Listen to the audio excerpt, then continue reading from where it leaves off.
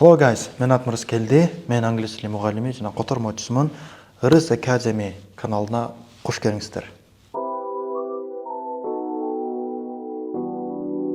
Англис тілін оқып, үйреніп, которып, англис тіліменен иш алып барып, англис тілімен жашап жүргеніме дерлік 7 жылдың жүзі болды. Ошол 7 жылдың içinde англис тілін үйренүүнүн жөнөкөй, эффективдүү жолдорунун сырларын тапканга ээрчиштим. Ооба, тилди баштаганда, үйрөнүп баштаганда мен деле баардыгы туш болгон сөздүк жаттоо, аягы көрүнбөгөн грамматикалык эрежелер, эрежеге баш ийбей калган учурлар, фразалар, идиомалар баардыгы эле кыйынчылыктар менен туш болдум. Ал кыйынчылыктар сиз көргөн, ар бир тил үйрөнүп жүргөн кыйынчылыктарды мен да көргөм. Жана ушул видеодо мугалим катары, биргесте тил үйрөнүүчү катары тил үйрөнүү процессин чоң картинадан көрсөтүп бергим келип турат. Видеодо менин максатым ошондойчу. Жана тил үйрөнүүдө кандай жөнөкөй эффективдүү ыкмаларды колдонсо болот, ошону көрсөтүп бергим келет. Башында келишип алалы. Тилди жөнөкөй эффективдүү жолдор менен үйрөнсө болот, бирок оңой жолу жок.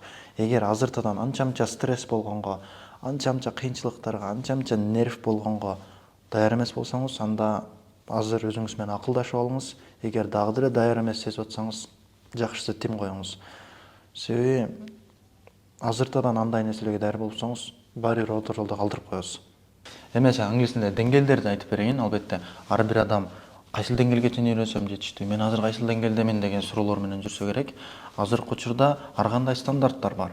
Билим берүүдө эл аралык стандарттар боюнча англис тилинде бири 6 деңгээлди карашат, бири 5 деңгээл, бири 7 деңгээл. Бирок көпчүлүк тарабынан кабыл алынган стандарт өлчөм катары 5 деңгээлди карап жүрүшөт. Эң биринчи деңгээл A1, beginner elementary, кыргызча которсок башталгыч деңгээл. Бул деңгээл негизинен тилдин табияты менен таанышып баштоо, алфавит, цифралар, негизги грамматикалык эрежелер, негизги сөздүктөр, негизги фразалар менен чектелет.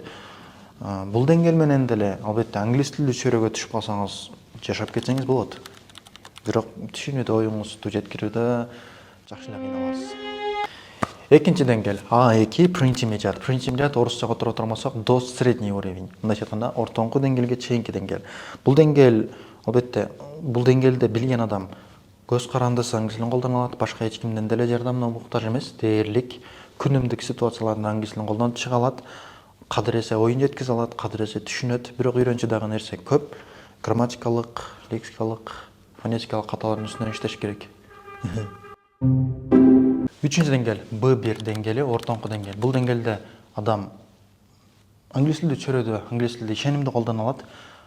Ишенимдүү колдонот дегенде аэропортто, соодада, аптекада ушул сыяктуу күндүк турмуштардан гана чыгуу үчүн эмес, кайсы бир маселеде көз карашын билдирүүгө, кайсы бир нерсени же бир нерсени кенен сүрөттөп берүүгө, көз караштарын билдирүүгө, бир маселени түшүндүрүп берүүгө кенен англис тилин колдоно алат. Андан сырткары баардык контентти түшүнө алат. Баардык контент дегеним кайсы бир маалыматтардын жыйынтысын, психология болобу, дин болобу, философия болобу, курулуш болсун, спорт болсун, кайсы бир багытта кеткен маалыматты, ошол багытта контентти, текстти, видео контент болсун түшүнө алат. Андан соң 4-чү деңгээл upper intermediate, B2 деңгээли. Бул деңгээлге жеткен адамга англис тилин таза эркин сүйлөйт деп айтса болот. Себеби бул деңгээлге жеткен адам англис тилиндеги диалекттерди да түшүнүп баштайт, фразеологизмдерди түшүнүп баштайт. Англис тилинде детально, структурно жаза алат, баардык контенттерди түшүнөт. Баардык контенттер дегенде албетте pre-intermediate, intermediate деңгээлинде деле түшүнөсүң. Бирок 100% түшүнүш жана көбүрөөк тармактардагы лексиконду түшүнүш pre-intermediate деңгээлинде көбүрөөк келет.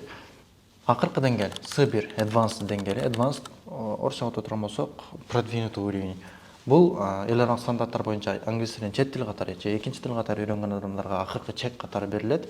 Албетте бул чек эмес, мындан да өсүп кете берсеңиз болот. C1 деңгээлдегилерден да жакшы сүйлөп койсоңуз болот.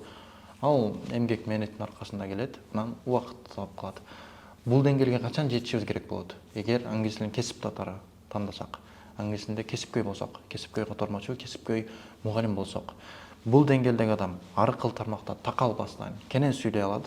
Англис тилин advanced C1 деңгээлинде билген адам курулуш тармагына салсаңыз, курулуш шаймандарын кенен ачып сүйлөй алат. Психологияга салсаңыз, өспүрүмдөрдүн психологиясын кенен ачып бере алат.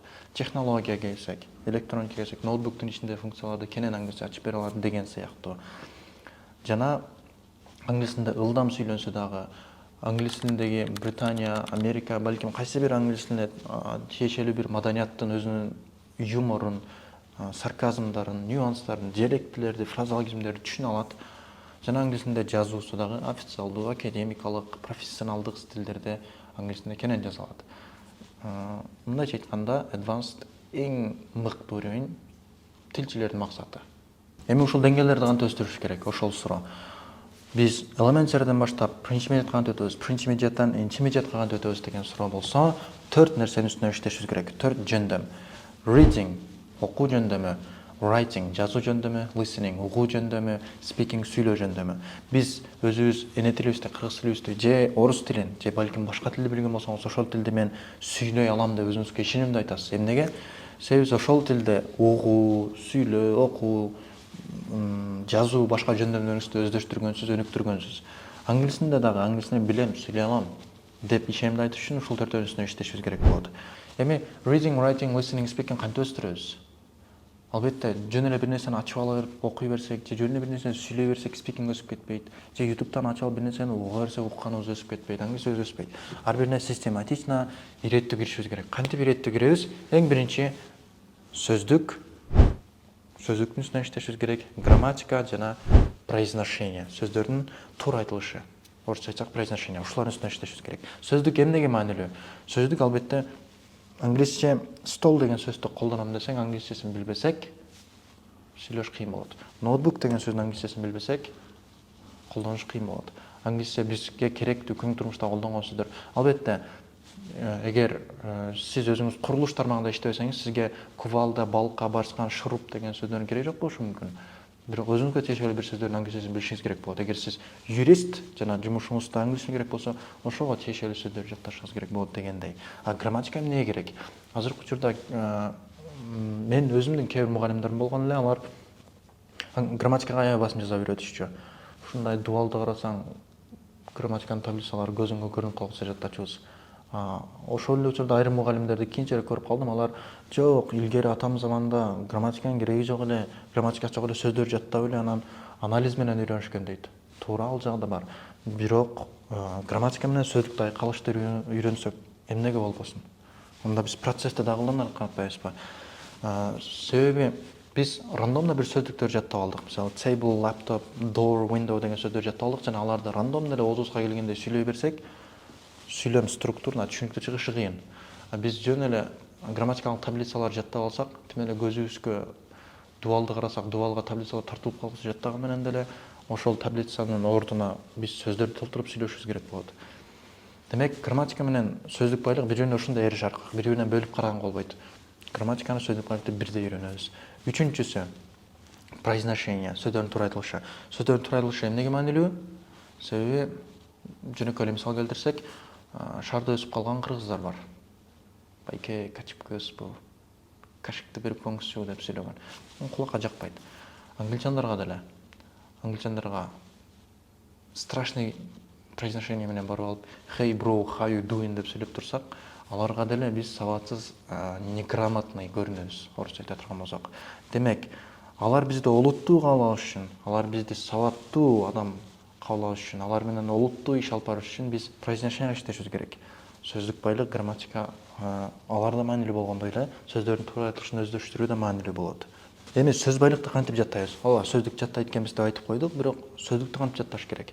Сөздүк жаттоого ар кандай лингвисттер, окумуштуулар ар кандай толтура методикаларды, техникаларды сунушташкан. Алардын эң көп колдонулгандары биринчиси interval repetition. Interval repetition интервальный повторение. Убакыт өткөн сайын убакыт өткөзүп, ортодон арада кайталап туруу. Бул менимче эс тутуму бат кабыл алып, койро бат чыгарган адамдарга ылайыктуу. Мисалы, мага мен бат жаттайм, бирок кайра 5 минут, 10 минут унутуп коем. Кайра кайтып келип кайталап турсам, ошол бара-бара эсиме сиңип кайталамат. Ал эми active recall output экинчи методика же техникалар турган болсок, ал output бул маанисине келе турган болсок, ичибиздеги маалыматты сыртка чыгаруу деген сөз.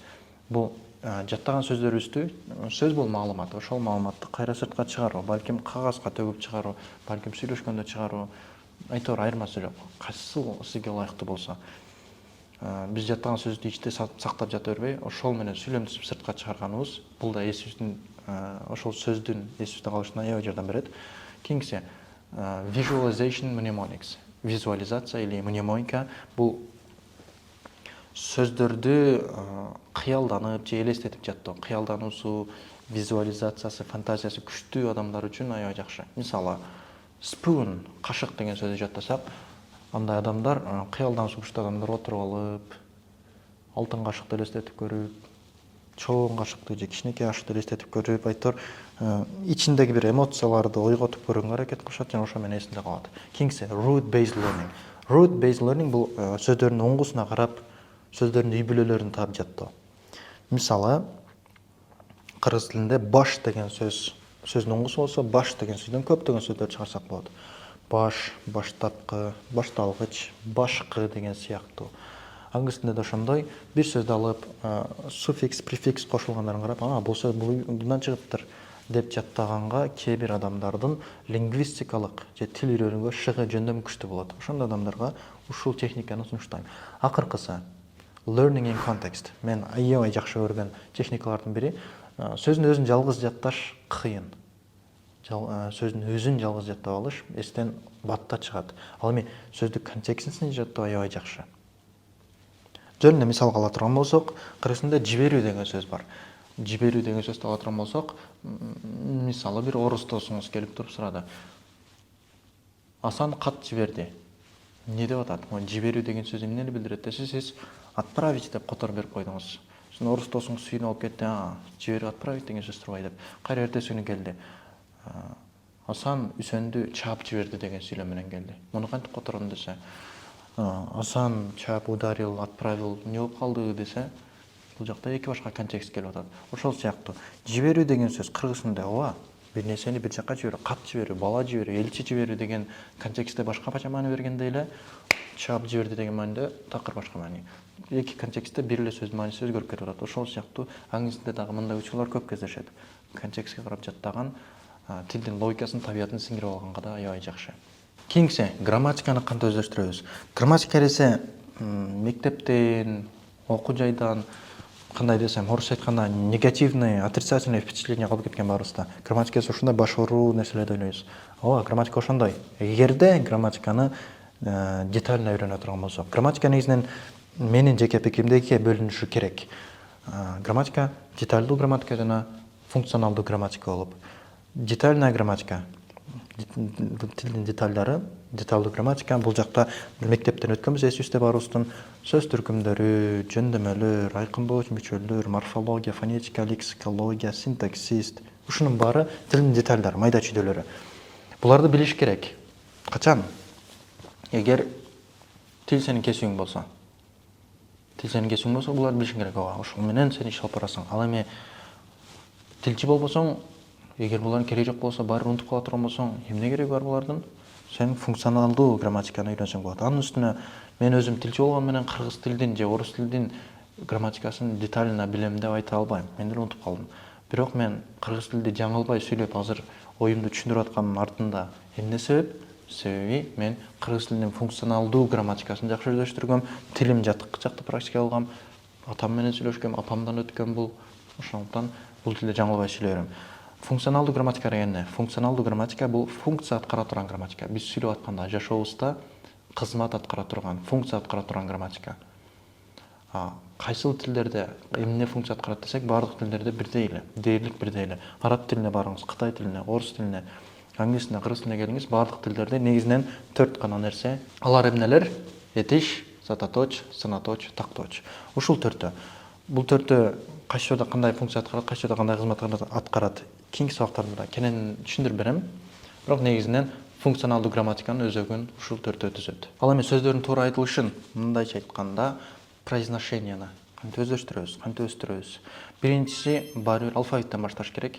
Кайсыл тамга кандай тыбышты берет, кандай добушту берет, кайсы жерде кандай комбинациядан кандай тыбыш чыгат, кайсыл там кайсы жерден кандай окулат дегендерди карашыбыз керек. Ошондо гана биздин сөздөрдү туура окуганыбыз, айтканыбыз оңолот. Ал менимче бир аз убакыт алат, кичине менет менен ордуна келет. Бирок англис тилинде басым деген сөздөгү ударениялар бар. Ал нерселерди өздөштүрүш үчүн көп угушубуз керек. Негизи эле произношение үчүн эмес деле тилди өздөштүрүш үчүн угууну көп сунуштайбыз. Себеби угуу бул тилдин эң табигый жолу. Негизи лингвисттер, тилчилер тил үйрөнүүнү эки ыкмага бөлүшөт. Естественный подход жана искусственный подход. Кыргызчага отура болсок, жасалма ыкма жана табигый ыкма. Табигый ыкма биз бул бала кезден тил үйрөнгөн ыкма. Биз эч качан атабыз отургузуп алып, балам, могул этиш, могул сынактоочу, кара мону, могул сөз могул жерде кандай кылынат дегендей мажбурлап эч ким кыйнап түшүндүрүп үйрөткөн эмес. Биз кантип үйрөнгөнбүз? Балам, кызым, бери келчи, конфет жейсиңби, нан жейсиңби, ары ойноп турчу, ары барчы, бери келчи деп атып, табигый жол менен сиңиргенбиз, үйрөнгөнбүз. Албетте азыр биз табигый жолго басым жасасак дагы 4-5 жыл уступ турушубуз мүмкүн. Андыктан биз естественный подход менен искусственный подходду айкалыштырабыз жана ушул менен биз процессти ылдамдатабыз.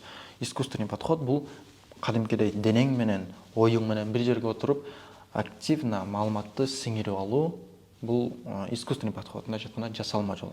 Биз маалыматты жасалма жол менен өздөштүргөнүбүз. Табигый жолу бул табигый жол менен маалымат сиңирүү, мындайча айтканда. Андан соң дагы бир сөздөрдү туура айтылышын өздөштүрүүнүн жакшы бир жолу бул жөн эле окуу анан сүйлөө. Себеби ар бир тилдин өзүнүн табияты бар. Мисалы, орус тилине келе турмасак, орус тили ооз көңдөйдү кенен колдонгон тилдерден. Здравствуйте, как поживаете, друзья, как дела десе, байкасаңар орустардын сүйлөгөндөрү ооз көңдөйүн кенен ачып, кенен сүйлөшөт. Араб тилине келе турмасак, Куран окуганды жакшылап тыңшасак, Алхамдулиллахи роббил аламин, ар-рахманир рахим деген сыяктуу көп таңгалар тамактан чыгат. Англис тили дагы жактын булчуңдарын таңдайда колдонгон тил. Кыргыз тилди карасак, эрдин менен сүйлөйбүз көбүнчө. Кандайсың, жакшысыңбы, эмне жаңылык деген сыяктуу. Жак булчуңдарды көп колдоно бербейбиз кыргыз тилинде. Ошондуктан биз кыргыз тилинде колдонгон булчуңдарды же ооз көңдөйүн, кыргыз тилиндеги айтканда тыбыштарды иштеген ооздун бөлүктөрүн англис тилинде колдоно бере турган болсок, анда таңгаларыбыз так чыкпайт. Ошондуктан англис тилинде колдонгон жактын булчуңдарын, ооз көңдөйүнүн бир бөлүктөрүн колдонуп машыктырып көрүшүбүз керек болот. Ага баары бир окуп сүйлөгөнгө туура келет. Кыскача айтсам ушундай. Тил үйрөнүүдө жаңылбаш үчүн, иреттүү, систематично кириш үчүн эмнеден башташ керек? Сөздүк байлыкка иштеш керек, грамматикага иштеш керек жана сөздөрдүн туура айтылышына, произношение ойлош керек. Эмнеге? Мунун артында максат эмне? Буларды үйрөнгөндө максат биздин reading, writing, listening, speaking, окуу, сүйлөө, ушул жак жөндөмдөрүбүздү өстүрүш үчүн. Аларды өстүрүп алып эмне кылабыз? Анын артында максат эмне? Биздин деңгээлибизди өстүрүш үчүн. Elementary деңгээлден pre-intermediate деңгээлине, pre-intermediate'дан intermediate деңгээлине өтүш керек деген максатта. Деңгээлди өтсөк максат эмне? Албетте англис тилде эркин сүйлөш. Ошону менен биздин видеобуз аягына келип жетти. Видеонун башында айткан максаттарыма жеттим деп ойлойм. Видеонун башында мен тил үйрөнүүдөгү кыйынчылыктарды кантип эффективдүү жөнөкөй ыкмалар менен чечсе болот, ошол суроого жооп бергим келген жана тил үйрөнүү процессин жалпы жонунан чоң сүрөттө, чоң картинада көрсөтүп бергим келген. Менимче ал максатыма да жеттим деп ойлойм. Эгер дагы деле сиздин гана жагдайга таандык болуп такыр чечилбей аткан көйгөйлөрүңүз болсо, видеонун астында Instagram баракчабызды жана Telegram каналыбызды белгилеп өтөм. Ошол жактан жеке кайрылып, жеке каттан өзүңүздүн көйгөйлөрүңүздүн чечимин сурасаңыз болот. Колубуздан келишинче колдоо көрсөткөнгө даярбыз. Ал эми видеонун соңунда баарыңыздарга ийгилик каалайм, илимиңиздерге илим кошсун, баарыңыздарга сабыр тилейм, зээниңиздерге зээн кошсун.